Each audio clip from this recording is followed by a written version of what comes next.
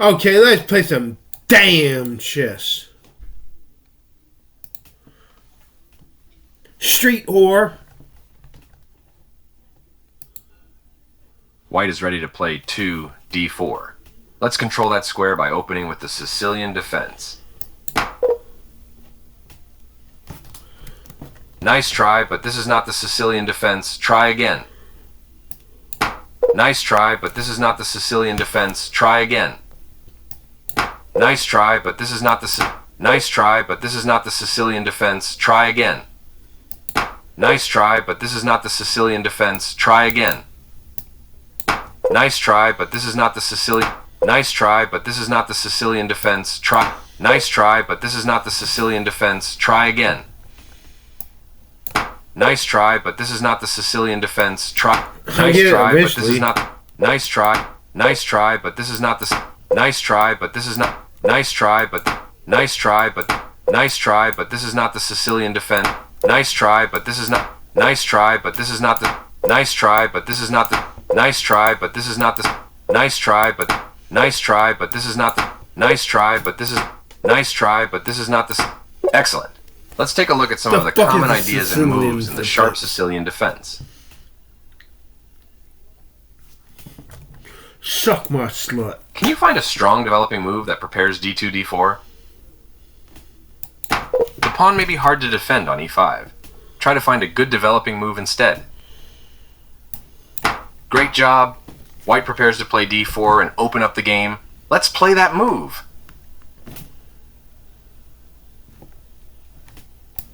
Nice try, but we are focusing on the move 3, d4. Play that aggressive move. Nice try, but we are focusing. Nice try, but we are focusing. Nice try, but we are focusing on the move 3. Nice try, but we are focusing on the move 3. Nice try, but we are focusing on the move 3, d4. Play that aggressive move. The fuck is d4? Nice try, but we are focusing. Nice try, but we are. Nice try, but. Nice try, but we are focusing. Nice try, but we are focusing on the move 3, d4. Play that aggressive. Nice try, but we are Nice try, but we are focusing on the move 3. Nice try, but we. Nice try. Nice try, but. You got it. White aggressively attacks the center, prepared to open up lines. Now let's take a look at this situation from Black's perspective. Choose between 3 moves. C takes d4, knight. Right idea, wrong capture. White's queen will control the center. Great work. Are you ready to explore more deeply the ideas behind it? Let's play White's most aggressive option one more time. The open Sicilian with 3, d4. Great job. What should White play next? You got it. White recaptures. We are focusing on developing our b1 knight. Move it to the best square. We are focusing on developing our b1 knight. We are focusing on developing our b1 knight. We are focusing on developing our b1 knight. We are focusing on developing. We are focusing on We are focusing on developing our b1. We are focusing on developing our. Things are heating up. Black adds a second attacker against White's knight on d4. Can you find the strongest bishop move in this position? You got it. White develops the dark squared bishop to a great square, protecting the d4 knight. White has 2 strong moves to develop the light squared bishop. Can you find one of them? Great move. The bishop adds pressure to Black's weak f7 pawn and enjoys an excellent diagonal. Sharp play is sure to follow. In this typical Sicilian position, let's sharpen the game by castling queenside. Things are heating up. Black is preparing to capture White's knight on d4 and start an attack on the queenside with b5. Can you find a pawn move for White that protects the e4 pawn and prepares to support g4? Nice move. Let's recapture Black's knight with our bishop. Here comes the typical Sicilian counterattack. Let's keep our light square bishop on the same diagonal as Black's. Great work. White's bishop keeps pressure on the same diagonal as Black's king, and also controls important squares around White's king. A very sharp battle will follow with chances for both sides to launch attacks against the enemy king.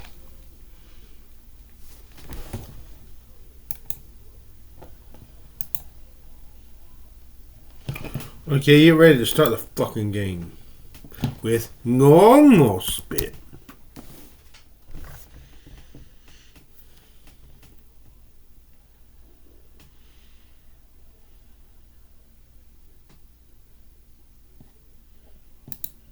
Wow.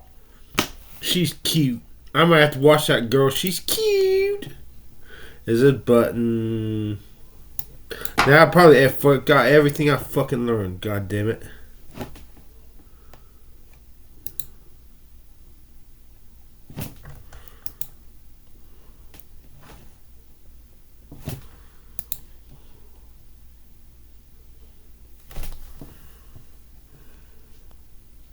I'm going to be responding to some Christian comments today, but first let me just say, I shouldn't be shocked. I shouldn't be surprised. And yet, I always am.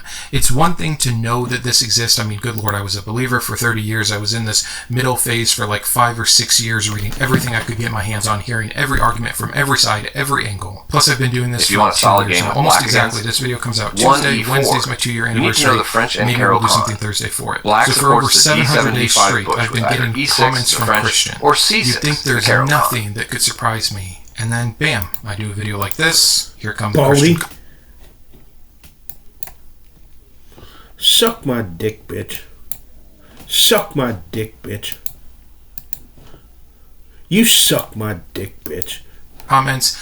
Not that, man. Keep your filthy Maybe AIDS, it's some taking dumb form STD of lips off optimism of for my me that clean people fucking can't dick. actually You all to think the like near this. People dear wouldn't actually gay bar and pay defend and this, suck will they? on, Of suck course a they dick would. there, And I know slut. that. From China! So, it's Sunday night as I'm filming this. It's after 11 p.m., so the video's been up for like 14 hours. We have 15,000 views, Street 1,600 whore. comments. Obviously, I can't go Street through all the Christian whore. comments. But let me just say, for those of you that would believe it, I'm not cherry picking. I don't go down every single comment chain, but I saw every initial comment today, and there was maybe 1 or 2 that were good faith arguments or comments from Christians. Of course, that's my opinion, but when you name call, when you're dismissive, when you just scream context without providing any, when you give me an objection that I said, hey, here's the objections and I've handled it, and you haven't addressed what I said about that objection, I know you didn't watch that part of the video, therefore not good faith. Like, it's disappointing. I do recognize that the comments we cover today don't cover all Christians, but they do showcase the exact kind of ridiculousness and horror and danger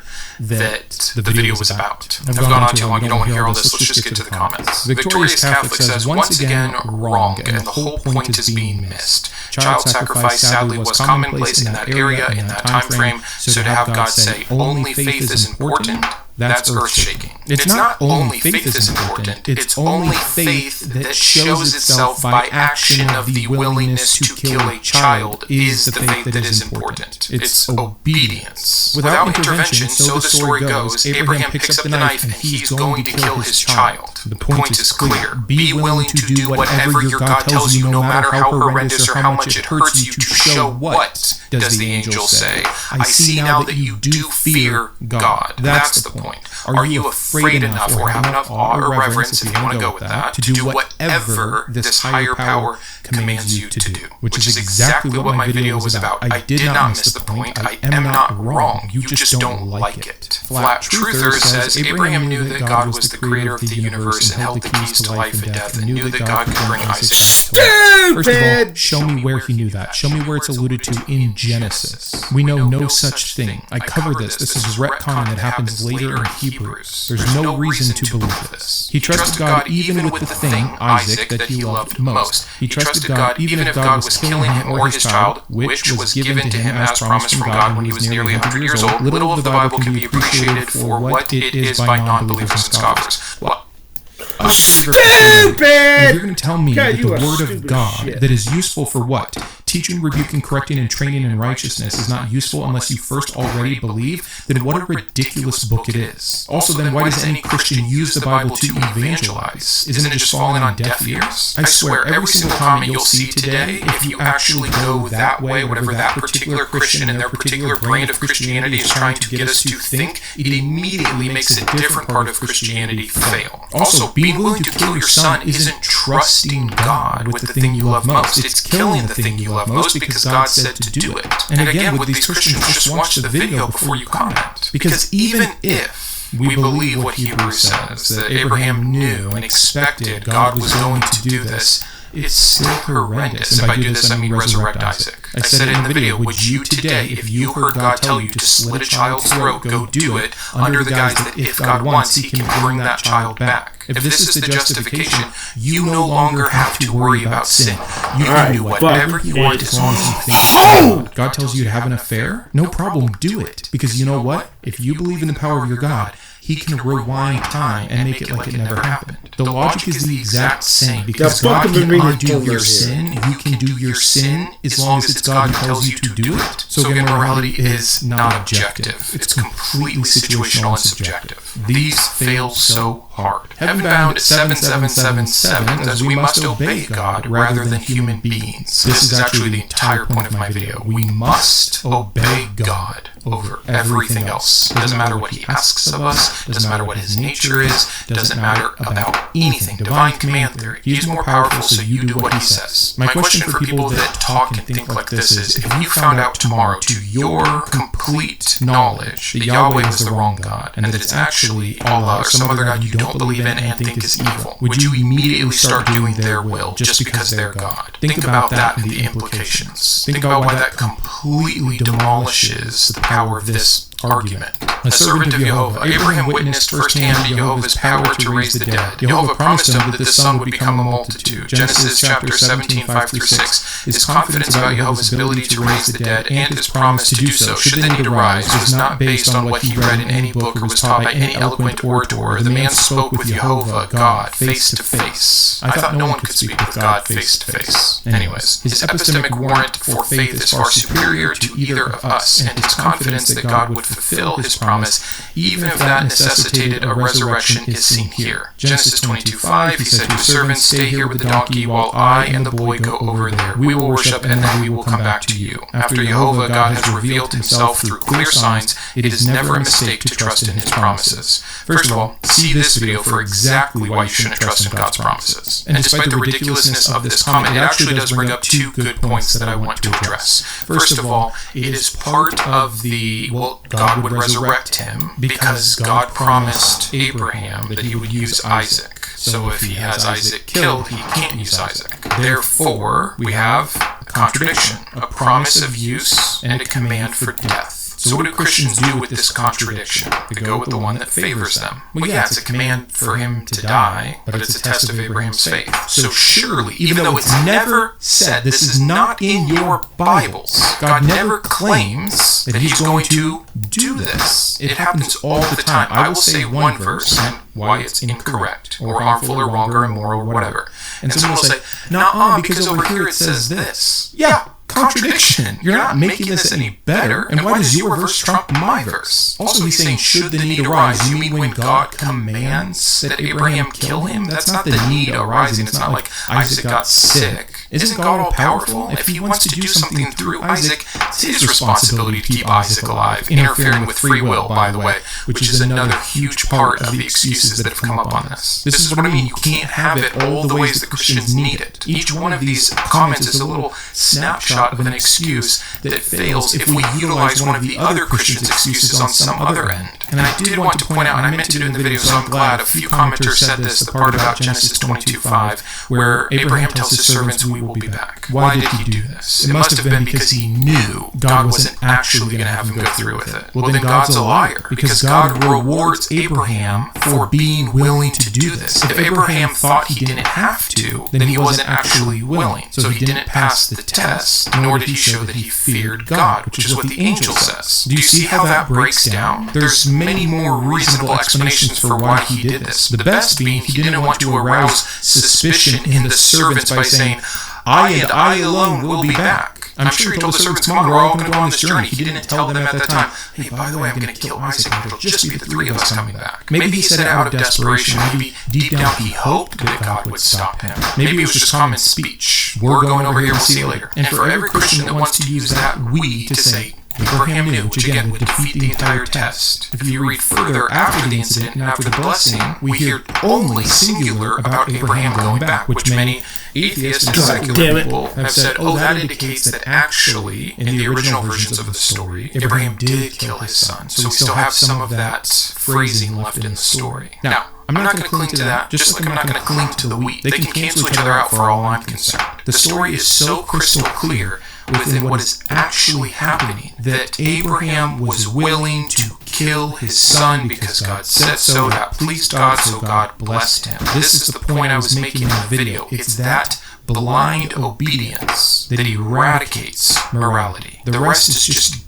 games. And again, they don't work anyways. Joe Bob 23-X4Q. You're like a disgusting Catholic or a Moor or a Jehovah's Witness, same kind of crap religion you have. Now, I type quickly sometimes too. I don't normally make fun of people for grammar, spelling, weird capitalizations, stuff like that. But I'm also replying to like hundreds, sometimes thousands of comments a day, in addition to my normal family, friends, life, fun, etc. So yeah, sometimes I type quick. But if I make a 30-minute video that is extremely precise, detailed, and clear, and this is the best you can do for your response, I can't even make sense out of this, except that you're one of those Christians that thinks Catholics aren't Christians and are disgusting and are also going to group in JWs for some reason. Same kind of crap religion you have that is what? Why is it crap? I don't even have religion. You're grouping me in with Catholics. They believe what you believe. I don't believe in it. All I see is a lost person infighting amongst their own group, name-calling, and absolutely no argument whatsoever. Trust me, you do a disservice for Christians. If I still believed, I would be embarrassed by your response. I would be embarrassed by almost all of these responses, actually. And I know many Christians who did see the video and see these comments probably feel the same way. Can you not represent your God better? Where is the Holy Spirit helping you guys with these comments? Crazy. Oh, he also says I'm an ignorant brat. Cool. Topics of religion. I will show you how stupid atheists are.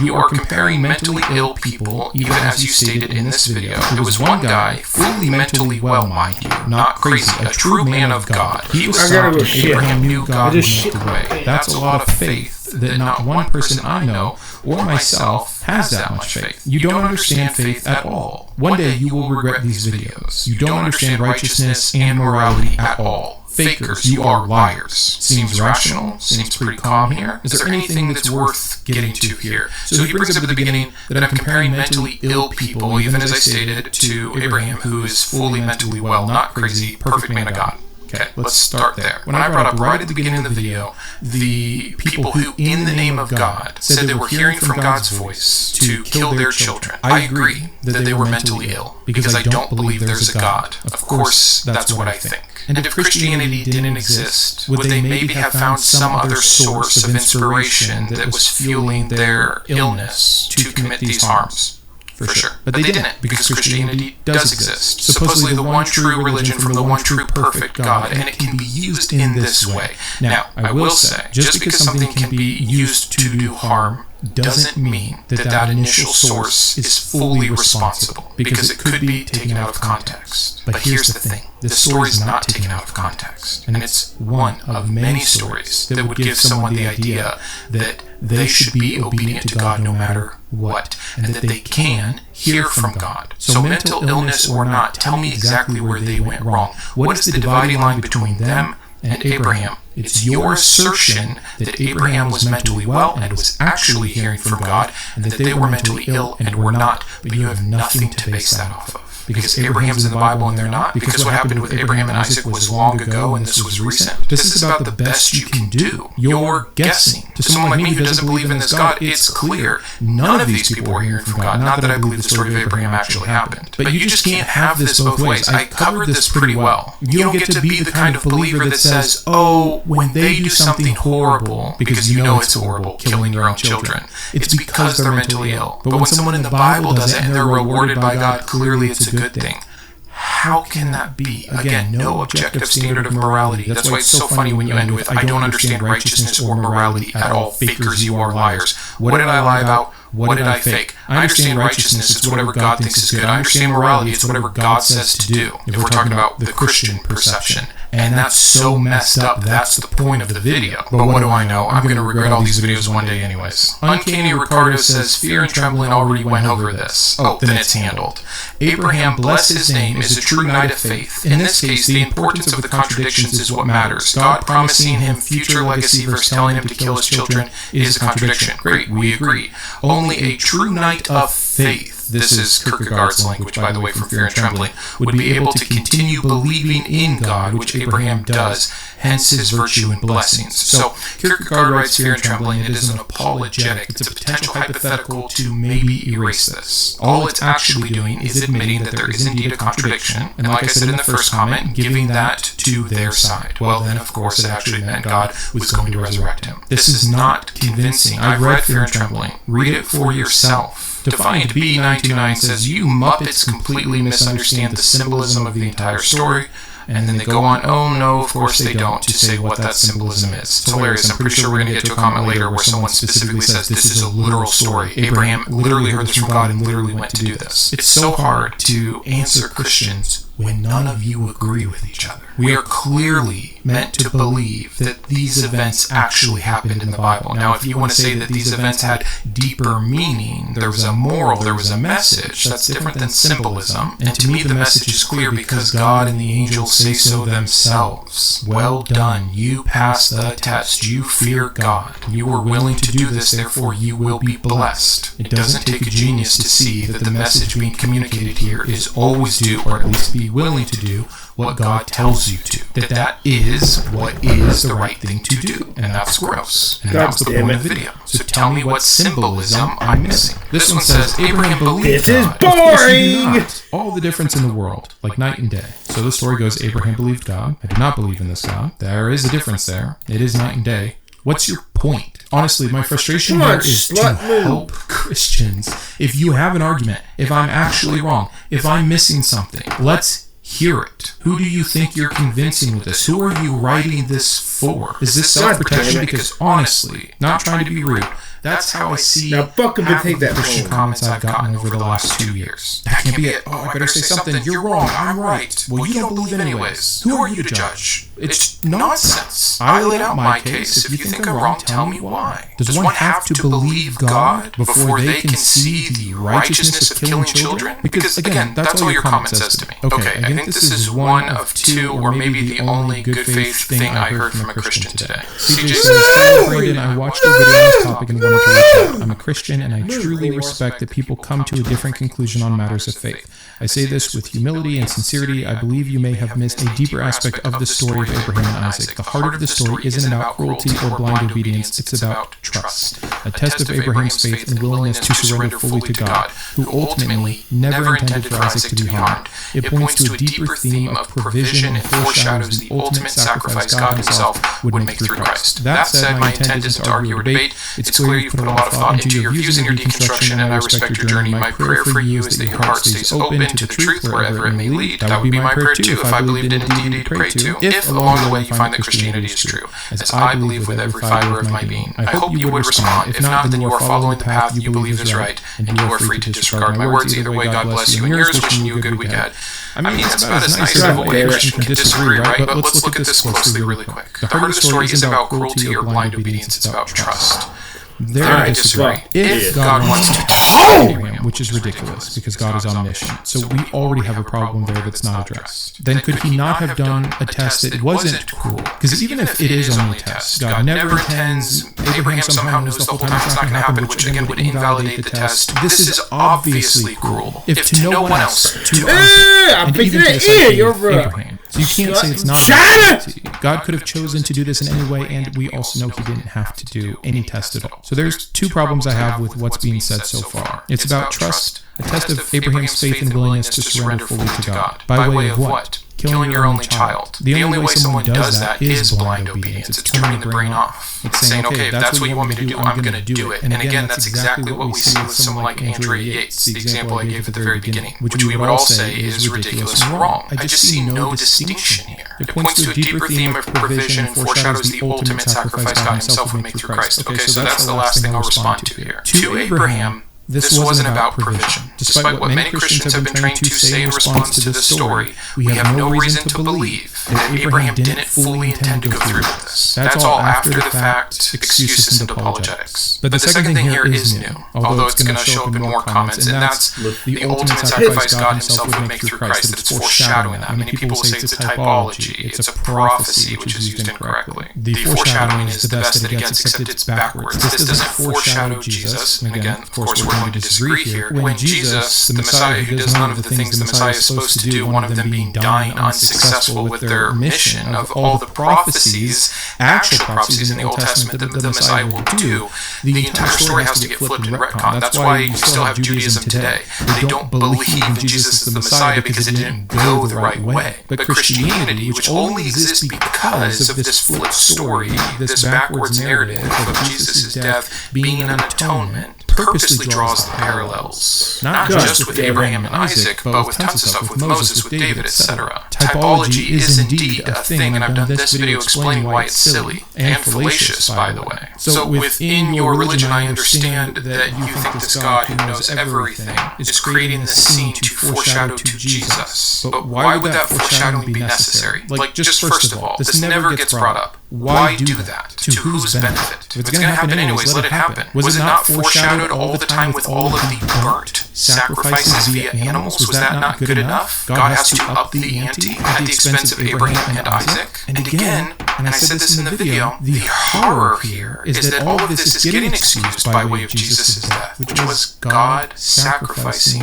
his child. Human sacrifice, which we would all say is wrong all the time, except that one time when God did it. This is the point of the video.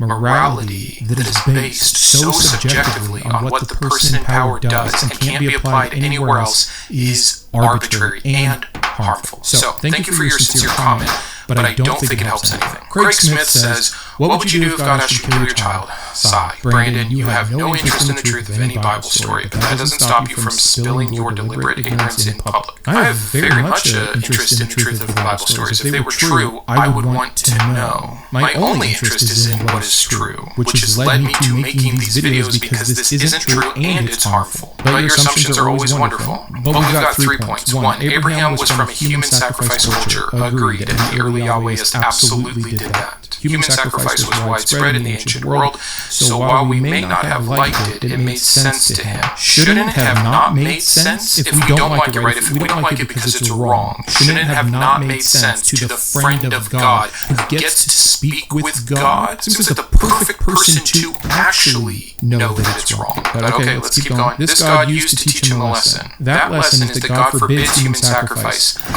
Oh, okay, we'll get to that, but let's keep seeing here. As Peter Hitchens said to his brother in a debate in America, you can look it up on YouTube if you want to learn, when Christopher said much the same thing, the knife was never used, that was the point of the story. Read Genesis 22 100 times in a row, and tell me exactly where you get the idea that, quote, God forbids human sacrifice. God orders human sacrifice. Abraham's willing and about to do it. God says, good job. Here's a bunch of blessings. Just because he stopped the sacrifice is not God condemning it. This is such a leap that Christians make, and here's how you can know. We have the story of Jephthah. I've covered it in like 3 different videos. But the short version is that he's a judge who wants to win a military battle. He makes a deal with God that he will sacrifice the first thing that comes out of his house. God, being omniscient, knows that the first thing will be his daughter. God agrees to the deal. God gives him the military victory. Jephthah comes back. The daughter comes out. He has to sacrifice her. He gives her a couple months to go mourn. And then the story ends with the clear act of Jephthah sacrificing his daughter. God didn't say, oh, you know what? We didn't know it was going to be your daughter. I thought it was going to be the house cat. Never mind. I would never want you to do this. You can say, oh, it's Jephthah's idea.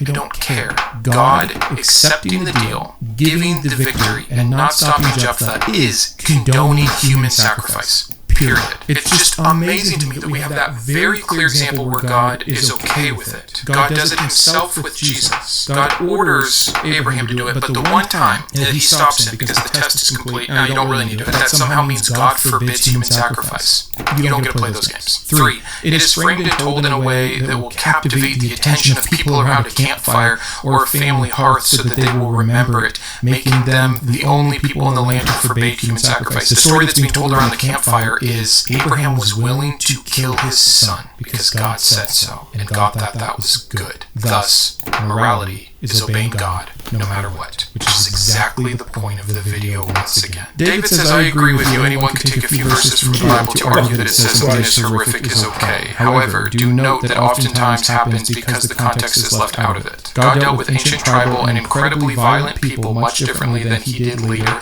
and does today. It's not that God changes, and it's whatever he happens to feel that day, but rather he works with humanity based on where we are at. Today, if a Christian heard God tell them, sacrifice their child, they should know immediately that is not God's voice. Gosh, this is failing so hard. Let's just take a quick time out. This whole idea that God can only work with people where they're at is so silly. You know what people were not doing before God showed up? Cutting the tips of their dick off. That was a totally foreign concept to them. No, the Egyptians were. The Egyptians were. Progress them morally to the idea of circumcising themselves, or did he just utter a command for people to start doing and expect that it would be done? I hate. It might be my least favorite apologetic tactic to defend genocide and slavery and human sacrifice and all this other shit, that God has to work with people where they're at. That's not how God works in the Old Testament at all. He is constantly uprooting the norm and expecting more of his people. He says that his chosen people are set aside to be an example of morality to the nations around them. Why then have to have them do exactly what all the other nations around them do? Do you see how insane this is? Gosh, I hate that one. You saying that today if a Christian heard God tell them to sacrifice their child, they should know immediately that it's not God's voice is ridiculous. Which is it, by the way, Christians? Have we gotten worse? Because I keep hearing from Christians that we're totally evil, that we're so corrupt and wicked, that the end is almost here. The great falling away is happening and all of this stuff, and yet at the same time I hear from Christians we're so much more morally advanced than the Israelites back then, that we're held to a higher standard of no slavery, no genocide, no rape as punishment, no child sacrifice, because we have the benefit of thousands of years later. Which is it? Again, anytime you insert one Christian excuse, another one completely fails. I don't even know what to do. The church is no longer in an ongoing period of revelation, where the Word of God was partial and still being revealed. Our path is much clearer, morally speaking, and all of that. Think of it like this. A good father does not treat his 16-year-old son the same way he treats his 5-year-old son. Moderately spanking a 5-year-old is certainly allowable, but spanking a 16-year-old is unthinkable. This is a dumb analogy. I'm going to get to it in a second. I hope that helps clear up some confusion, or at least provide a little nugget from the other side to chew on. At the end of the day, the majority of us are just trying to find the fullness of truth. Hey, I appreciate that, and I know I'm being a little bit harsh when you hear comment after comment after comment after comment like this, and essentially, again, what I'm hearing from you is you excusing away a perfect God of perfect love and justice who is immutable, because he clearly does things that we know aren't good. You're doing it nicely, you seem to be doing it sincerely and genuinely, but that's what you're doing. Your spanking example makes no sense. People always do this age appropriateness of having to work with people. Again, this is a false analogy. First of all, I just have to say it. Spanking is stupid. We have the studies. It's not effective. It's only harmful. There's not a net benefit. There is, control. If you want control of your child, not the health of your child, not your child to actually understand natural consequence, not your child to properly behave in the world so that they can socially interact and be accepted in their peer group, etc. If you just want control, spank away. I think it's hilarious you brought up that analogy because that is exactly God's style. He doesn't want health, he wants obedience. And we're not talking about 5-year-olds, are we? We're talking about the patriarch of the entire freaking religion who thought it was morally acceptable to kill his child, as long as it's what God told him to do, and God rewarded him for that. End of story. Monkey King, who shows a handful of hundreds, says, y'all unbelievers be careful with what you play with, because this ain't no joke. We love the vague threats here. Thanks so much for that. You cleared up everything. I'm now a believer. 5D Realm says, you need to understand the context of Abram's story. Did I not share the context? Did I not clearly go over the morality of the time, the tribal nature of these gods? I probably have more of the context than you who just reads the Bible and even does some Bible studies on it, because I'm looking outside the Bible. I'm looking at what the Canaanites and Moabites believed and were doing. I'm looking at the Canaanite pantheon that Yahweh came from. I'm looking at how it was a polytheistic religion for a long time before it morphed into monotheism after the Babylonian capture with Persian and Babylonian influences. I see the context of a group of people who are trying to show that devotion to their particular storm war god is important no matter what to ensure the safety of the tribe over everything else, and so to their mind, child sacrifice becomes acceptable. And I'm showing why that should not still be held up as a moral virtue today. If you're going to, again, tell me that I don't know the context, you need to provide the context. So without it, I have nothing more to say about that. Reformed View 717 says it's the prophetic foreshadowing of Jesus Christ as a substitutionary atonement of our sin. It's not a prescriptive passage, but a descriptive passage. That's what we'll talk about in a second. And prophecy, not prophecy. So you don't need to worry about it as you aren't Abraham and the prophecy has been fulfilled in Christ Jesus. Sort of a straw man argument. Not a straw man at all. I didn't misrepresent anything. This is the story in the Bible. We read through the verses. We talked about the context. We talked about why it happened. It is, by the way, prescriptive.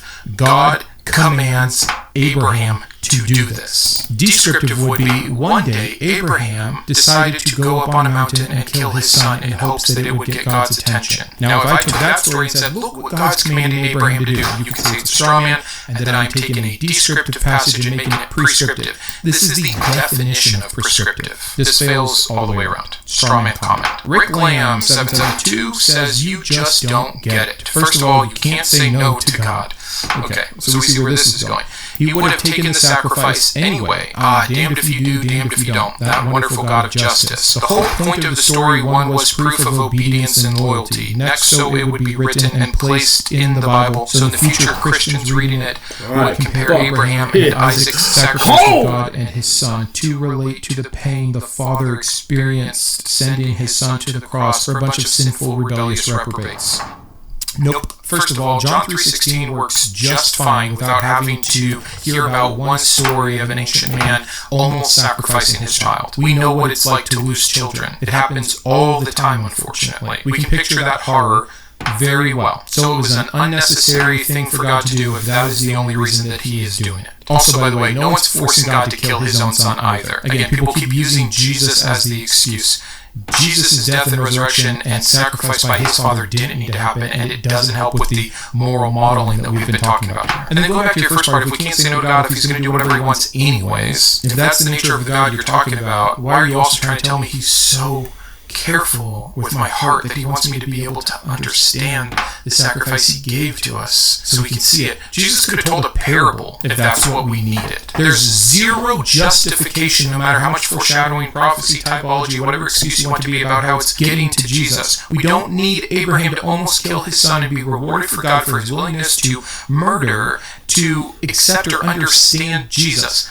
It's silly. Christians just see two parallel stories and they're like, that's neat. Let's use that. That's it. Marty Lawrence 5532 says there's a fantastic Christian typology with this great foreshadowing. Okay.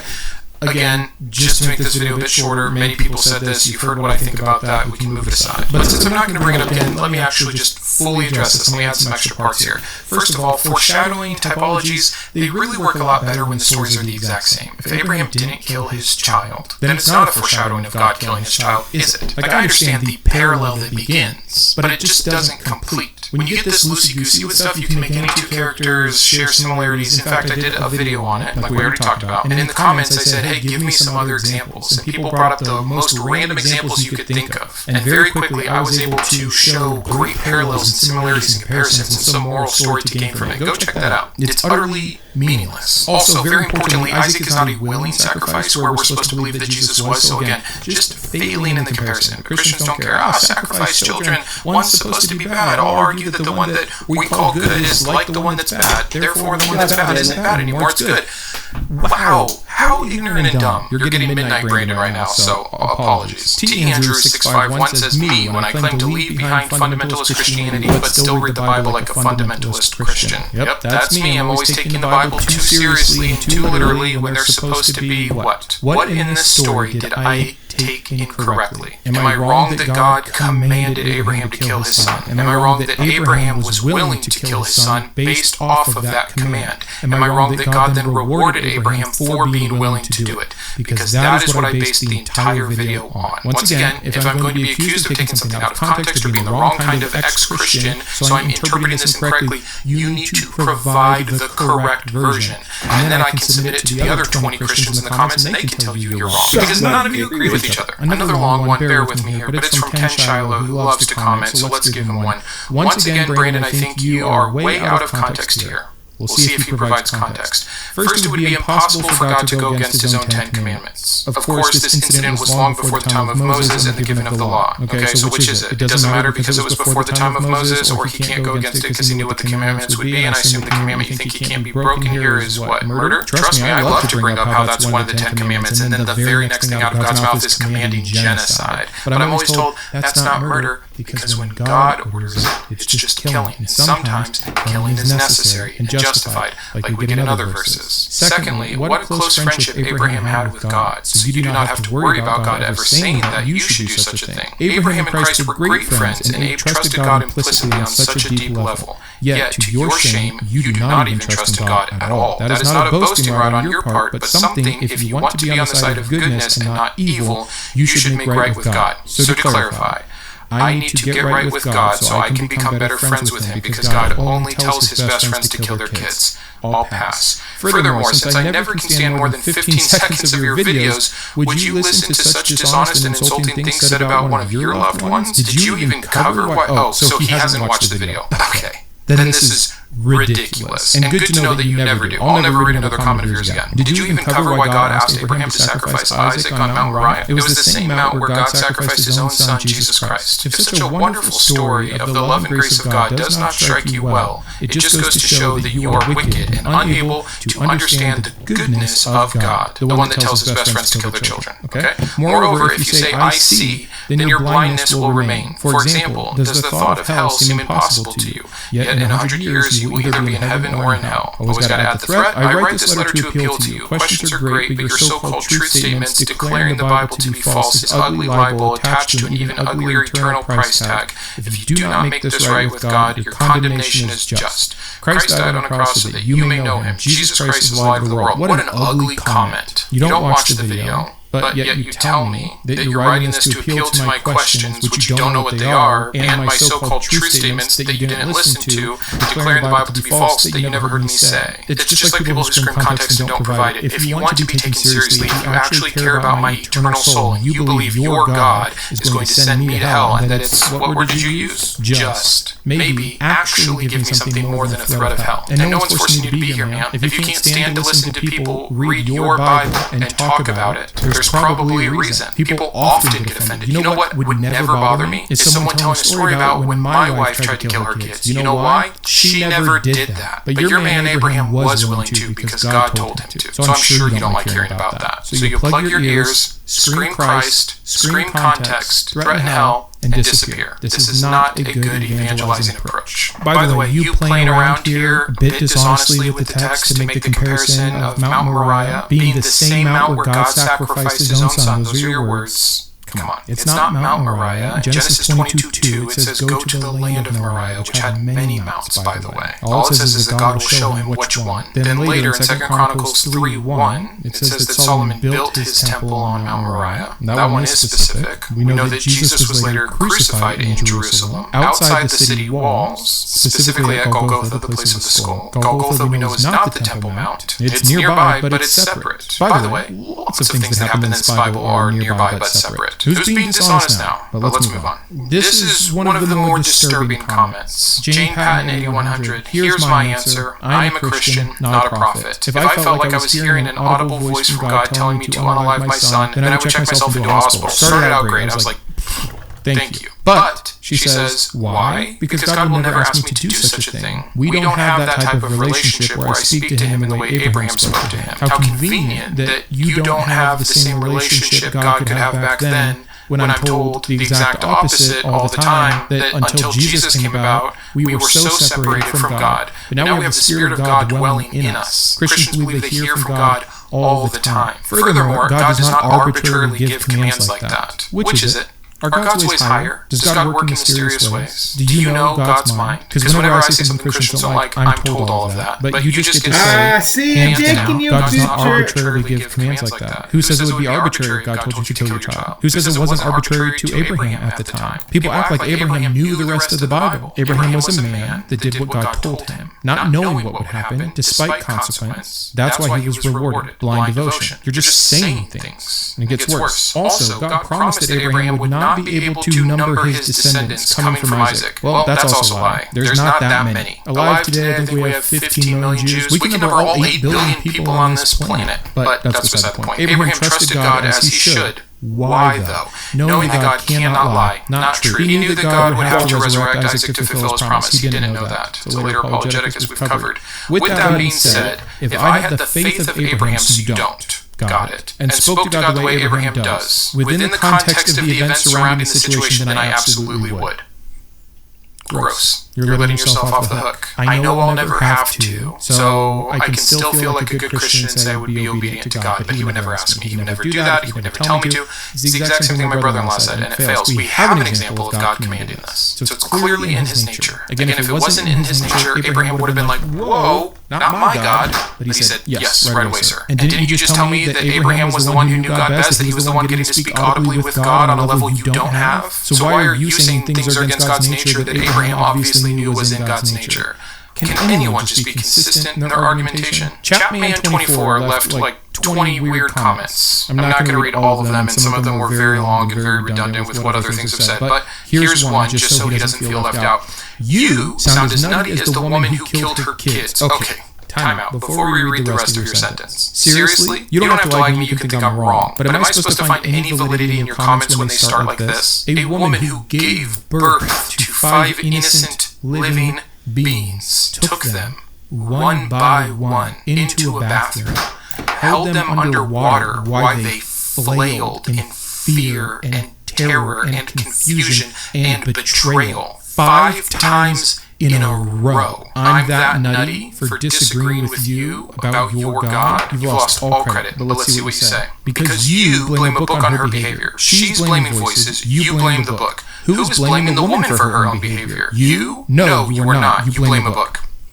No. And I already mentioned this earlier, but let me be extremely clear. What she did was wrong. See, I can say that. Because I'm not talking out of 2 sides of my mouth. I'm not on one hand defending a man who was willing to kill a child, and God who killed many children, while at the same time condemning this woman. That's what you're doing. She was wrong to do it, and I understand that there were many influences, probably some mental illness, and oftentimes those things have consequences. But many times they have additional consequences because of their religious fervor. She had every right to believe that the God she worshipped and believed in spoke to her, because that's what the Bible tells us this God will do. And she had the moral model of the most righteous man in the Bible as someone who was willing to kill his child, and that was favorable to God. And the example that this God would order it, and other examples where God did it himself or allowed someone like Jephthah to do it. So I'm not blaming the book, but I understand the influence of the stories that come from the book in the religion that she believed that let her mental illness act in this way. And not recognizing that is disingenuous. Separating that part completely, I'm not blaming it completely,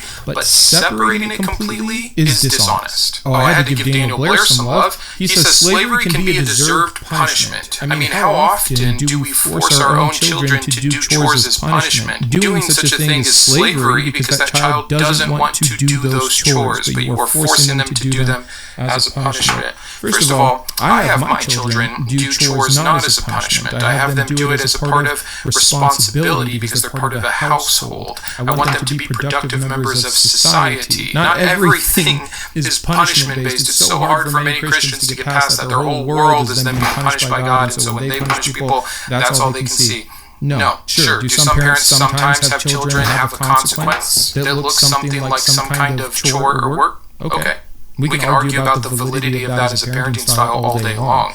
It's not slavery. If you want a good definition of slavery, read Leviticus 25:44-46, where someone is owned as property for life and can be passed down as inheritance. Is that what people are doing when they have their children do chores? What an insane false analogy. And to what? Try to justify slavery? I'm not even sure how this ties in. I'm sure you had some reasoning in your head, but just stop. Okay, I think this is the last one we'll do. BB here says the only way to prove the argument from this video would be to show that the woman who killed her children actually spoke to God and that God gave an order to do what she did.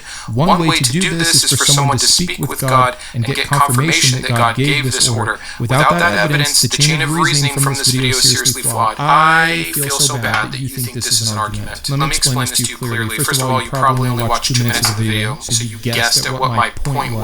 I used an example like Andrea Yates in the first 30 seconds, and you thought you had it all figured out, so you tried to show that. You're wrong on all accounts, by the way. For anyone that watched even half the video, let alone the full 30 minutes, my point is so clear and has so very little to do with the real-life examples. I opened the video with a thought experiment of, you're a Christian, you believe in God. If this God told you to kill your children, would you? And then I showed that some people actually have done that as a very small part of the moral model of Abraham that the Bible definitely sets forward as a moral model, having negative side effects. I make a much larger point overall through the rest of the video and state it multiple times. So you're wrong already, but your way of proving this is also kind of silly. So to your mind, you're not willing to take these women's statements that they did this because they heard from God. You don't believe them, but you believe Abraham heard from God.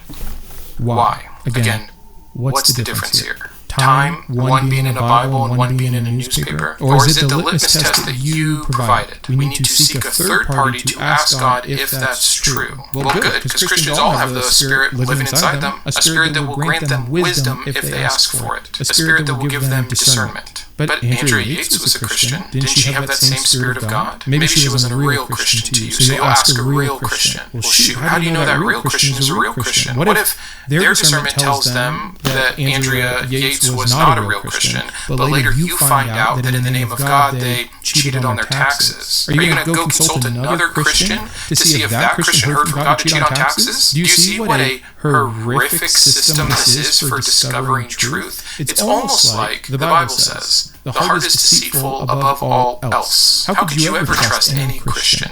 Because many people would have trusted Andrea Yates right up until the moment she killed her 5 children and believed that she was a Christian. But as soon as they do something they find morally incorrect, they denounce that she was hearing from God. It's useless. That's why all these things are useless. Hearing from God, knowing if you're deceived or not, prayer, faith, etc. It all fails because it's all completely circumstantial and subjective. And as soon as it's not convenient, it gets excused. It's a win-win that Christians create for themselves, and it makes literally everything impossible and meaningless. I want to encourage Christians that actually think I'm wrong to do better. If I were wrong, Cause you just but fucked the up. comments that were provided for me today only reinforced to me the point I was making about the horrors of biblical morality, the contradiction in the Bible, how it's clearly a man-made text, how there's no consistency, how we have to retcon events morally to continue to justify them, how we have to come up with different interpretations and examples and sometimes call it literal and sometimes call it symbolic, sometimes call it foreshadowing, and sometimes call it typology. You'll just throw anything you can at it to make it work when on its whole it's so clearly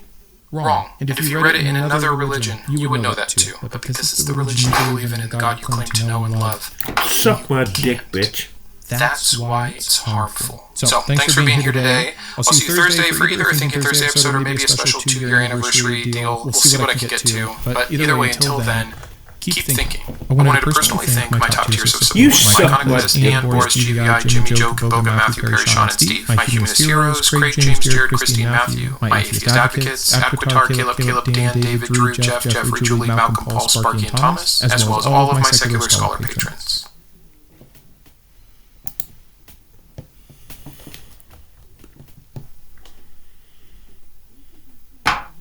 Your husband is into Mousetrap YouTube. Huh? He tells you about it soon after he wakes up. You ask, what is Mousetrap YouTube? And he says, it is what it sounds like. You just have to see it.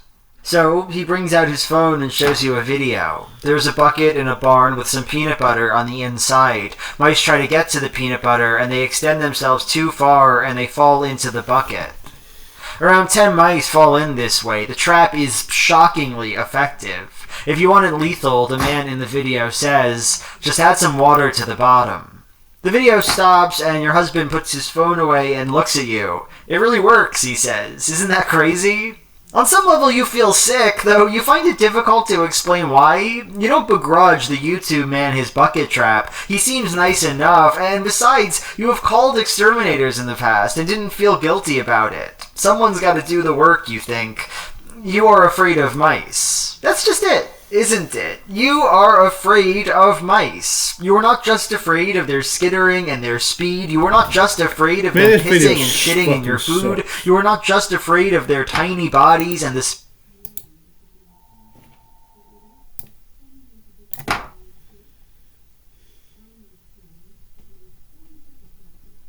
I see what you're trying to fucking do. Man, that woman smells like spit.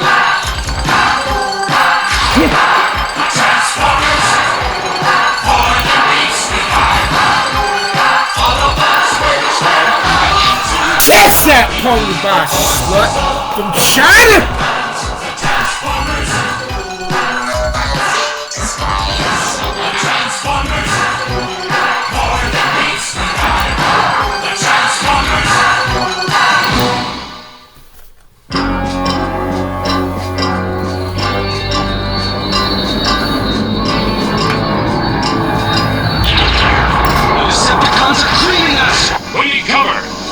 Asteroids! The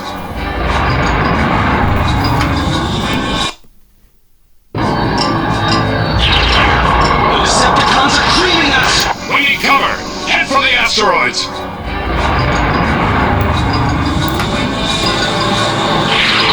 You see, Galvatron, we kept our word. We led you straight to the Autobot leader. And now he's yours to destroy. Oh yes, you are loyal out. A word will lead you straight to the Autobot leader. And now he's yours to destroy. Oh yes, you are loyal allies, so long as it suits your purposes.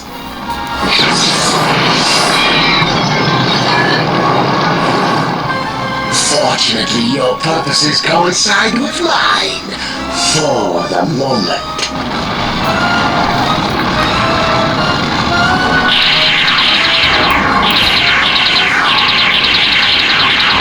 They're getting away! Launch torpedoes! Company's coming.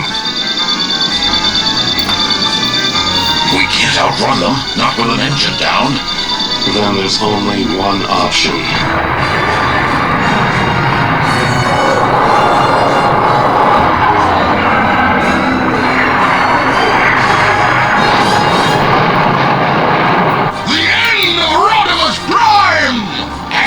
Speed! I wish to examine the debris and make certain!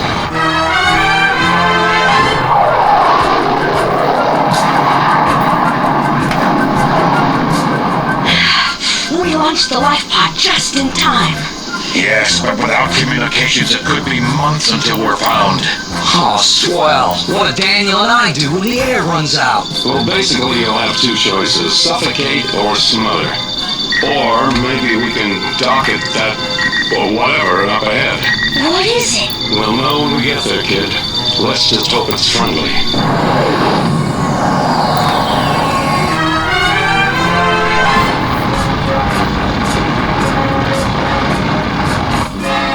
There's something big out there. Alter course to intercept.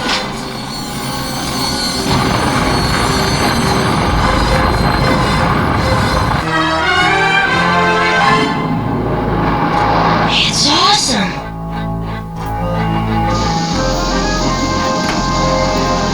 It's the size of Manhattan. I'd hope never to see it again. What's wrong? What is that thing? A tomb. We built it. As a final resting place for the Autobots we lost in the Great War. Like Optimus Prime?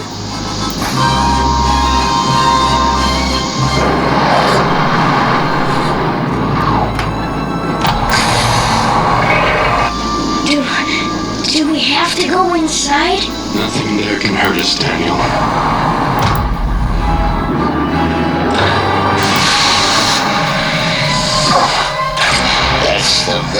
soft remembrance, a memorial to the Autobot heroes whose chassis and servos rest here.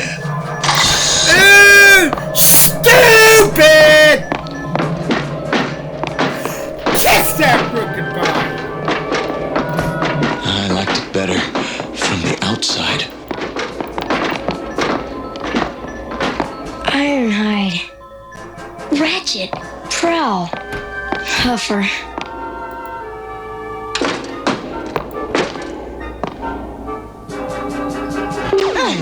Oh no!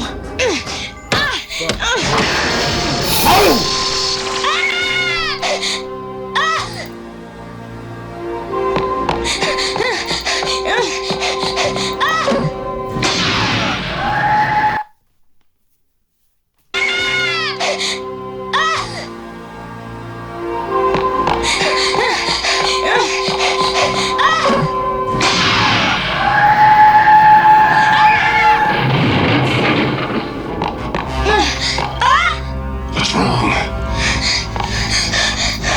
I saw him! Saw whom? Optimus! Optimus Prime! The shadows in here can play tricks on you, Daniel. But it was him!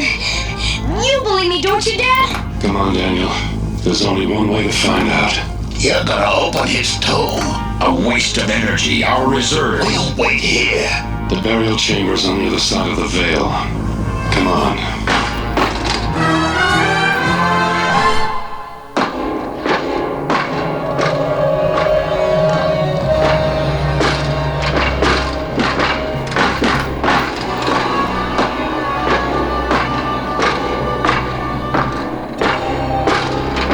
Optimus Prime.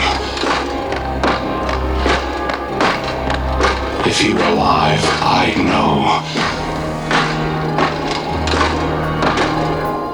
The Matrix would have told me. Somehow. Let's go back. I've got to be sure. Rodimus, no. Make it, girl. It's empty. I told you. The Decepticons.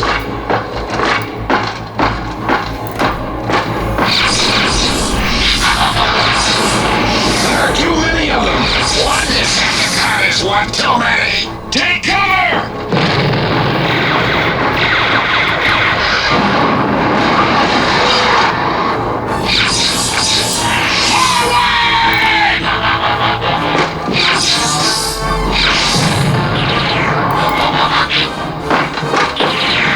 At least they speak in ghosts. RC! It's okay. Only an exostructure wound. It's our only chance!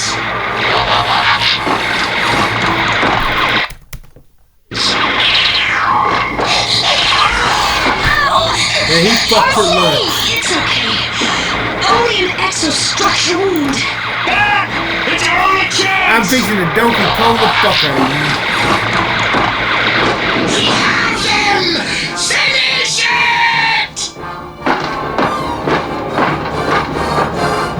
Shut your stuff.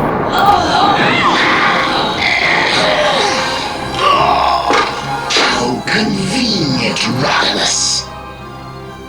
Who can lay your wreckage beside that of your mentor?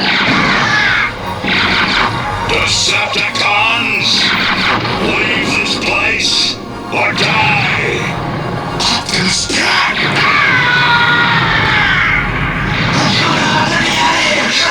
Cowards! Fight on! Catch!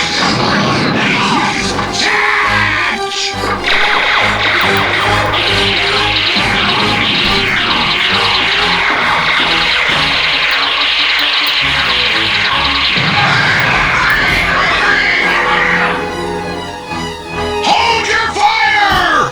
We've driven them off! Yeah. Thanks to him.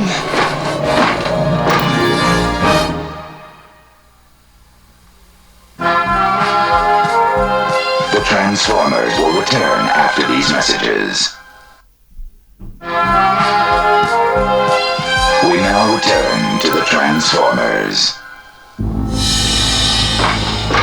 Optimus. What are your commands, sir? Is it safe? What?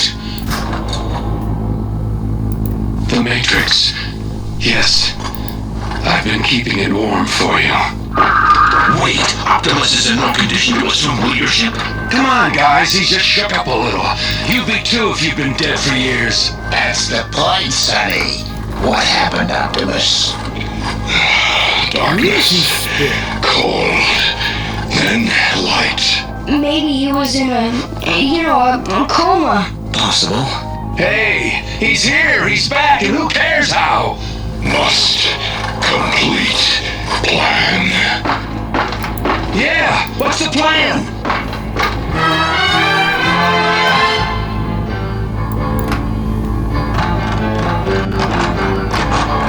Optimus built himself an escape ship. Now fuck him the moon. Still think he's unfit to lead us? Wait, Optimus! Sir, this is yours.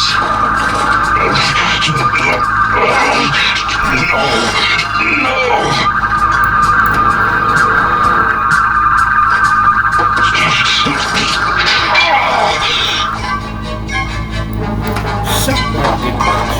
All right, Hot Rod is back. Let's party! Give me. Huh? For what?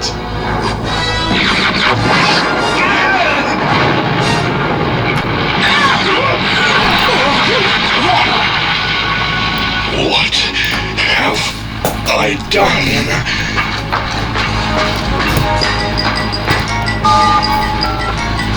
Must complete mission. Auto-destruct activated.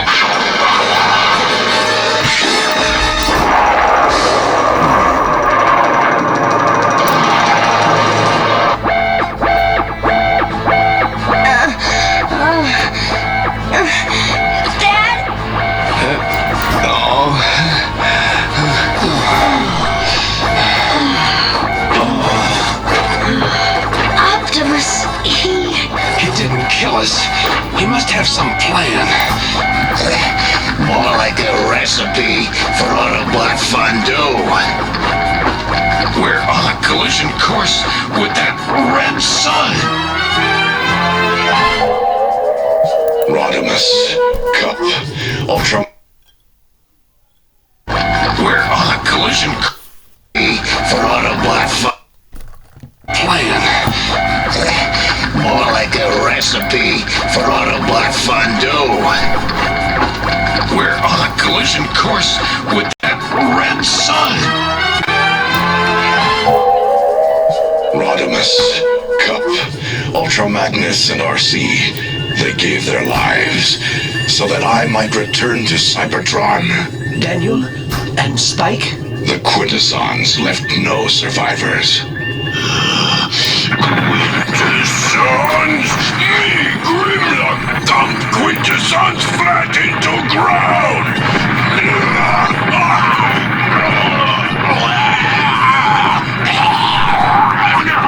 We will mobilize all our forces and move against the Quintessons. Those 5 face tentacle slime are gonna pay for this, but good! I mean it, RC. The entire Autobot fleet moves to attack us. Precisely as we predicted. May I propose an anticipatory snicker of triumph?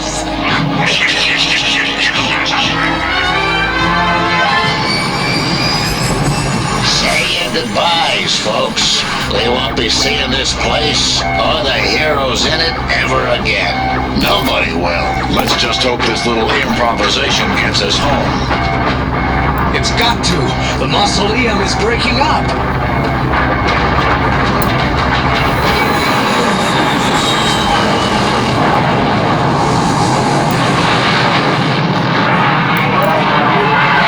Set course for Cybertron.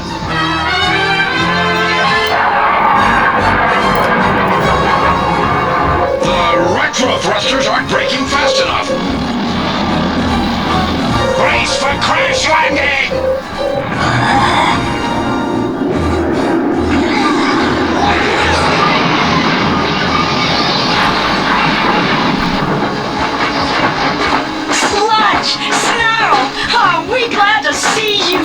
Me slut's not glad to see you. You are dead. Maybe we did. What are you yammering about? Never mind that. Where is everybody? I'll go smash Quintessons. Quintessons? What have Quintessons got to do with any of this? They Oh, something not right. He's taken the whole fleet. That central planet is the Quintessons' new base. We'll send out patrols. And lose the element of surprise? I am in command here, Preceptor. Of course, Prime. But Excuse me, pardon me, one sign coming through for gangway, important message from Prime. Message received from Cybertron, urgent. Item, right of us Ultra Magnus Cup RC Daniel and Spike safe. We'll join fleet shortly. Recommend to halt attack and rendezvous. they're alive. A cunning Quintesson trick. A fake message. But it won't help them now. Full speed ahead. Excellent. The Autobots have no idea that the central planet is a decoy. And poor Optimus still doesn't understand what's happened to him. How could he? Even to himself he seems alive. Perhaps we should seek some cover. No. Place your faith in our defense systems.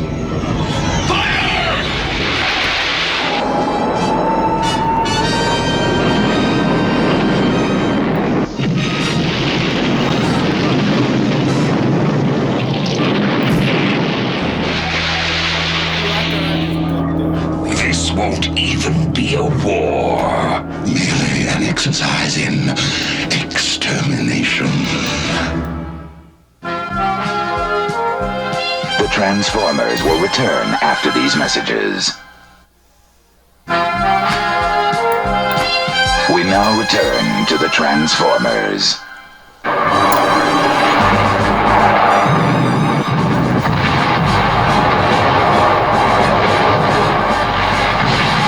We're too late. Radio Prime's flagship, we've got to stop him!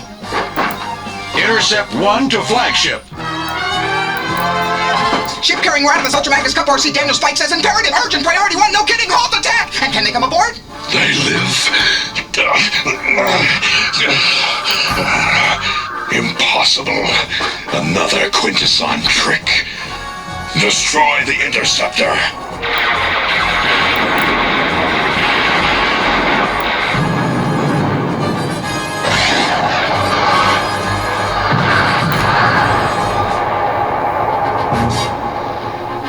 Increase magnification. Identification positive. Rescue teams, stand by. A complication. 96% probability this discovery will only confuse the Autobots more. And our defenses will still force them towards the detonator. And once they are in range, There can be no escape.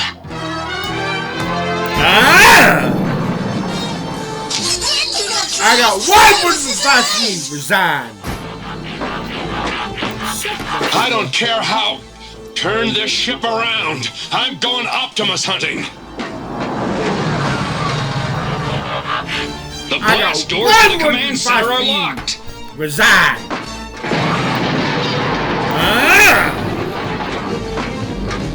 Optimus, front and center. I've been waiting. I'm taking command. What took you so long?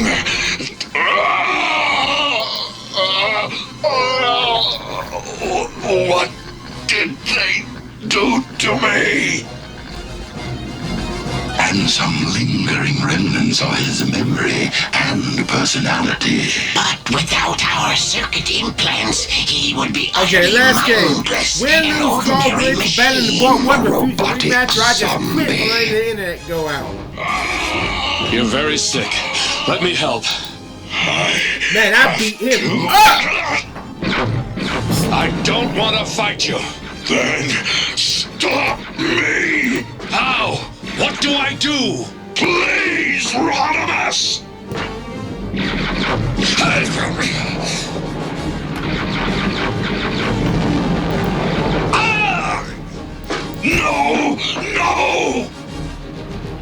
not just hanging Fooled you!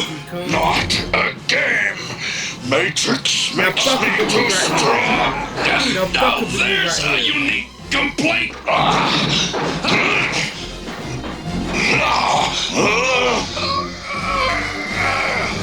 If you lose, Autobots all destroyed! Thanks for the tip!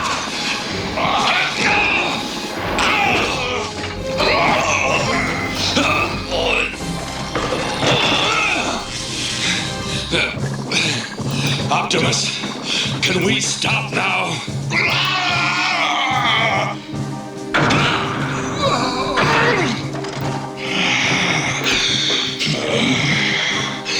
You should have finished me. Believe me, I tried.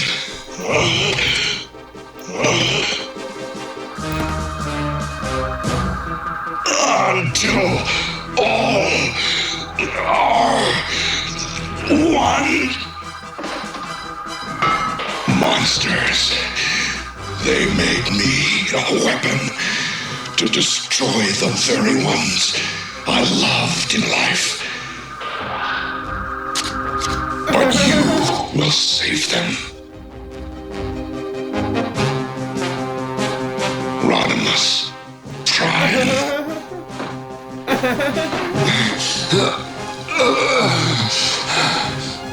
Rodimus! Thank the stars we found you in time. Optimus! The ship's being blown to pieces. We're evacuating. Optimus Prime to Autobot fleet. Return to Cybertron. That is my I'll chase that Lord Kingdom come! What? The Autobot fleet is escaping.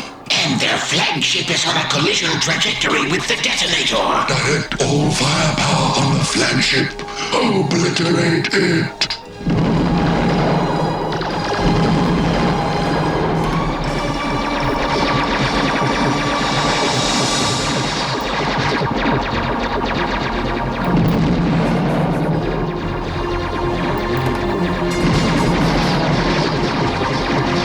It's not stopping. I'm fixing it. No Autobot could survive that.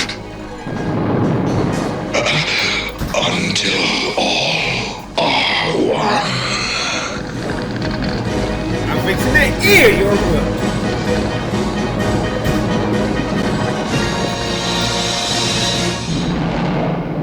Stupid! Kiss that rook goodbye! Goodbye, old friend. This Nova will be his memorial. I don't know if I'll ever be the leader that you were, but for sure, I'm gonna try. I'm fixing that ear! But is this really the end of Optimus Prime? Find out in tomorrow's exciting episode, The Return of Optimus Prime. The Transformers will return after these messages.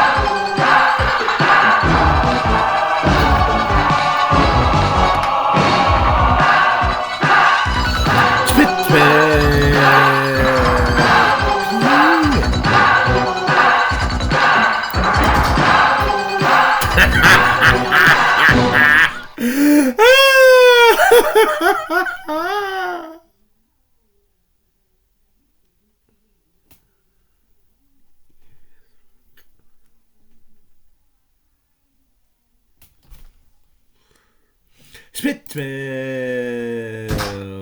with peanut.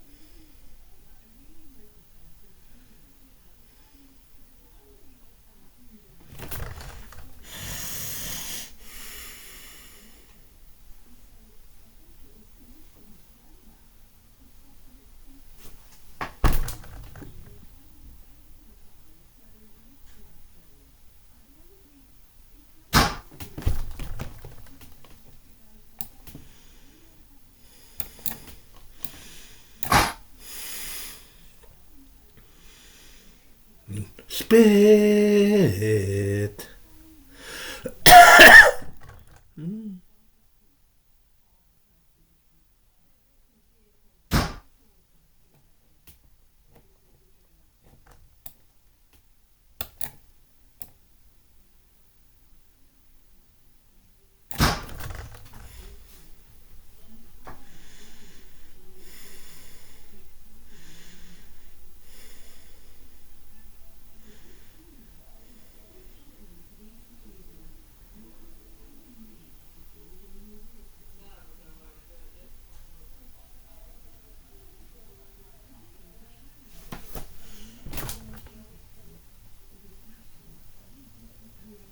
Yeah, you go ahead and cast a line, and I'll dick up that damn night.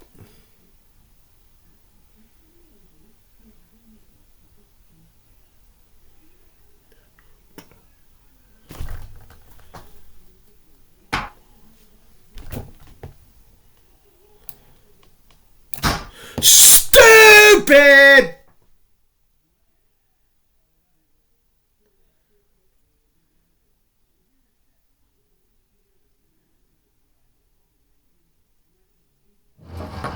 I fucked his hole! Spit smell. That's some spit smell gals. Let's see if I can see them. Wow. Oh. Ick. I want to know damn hard dick guys. Fuck that shit. Spit smell. With pee.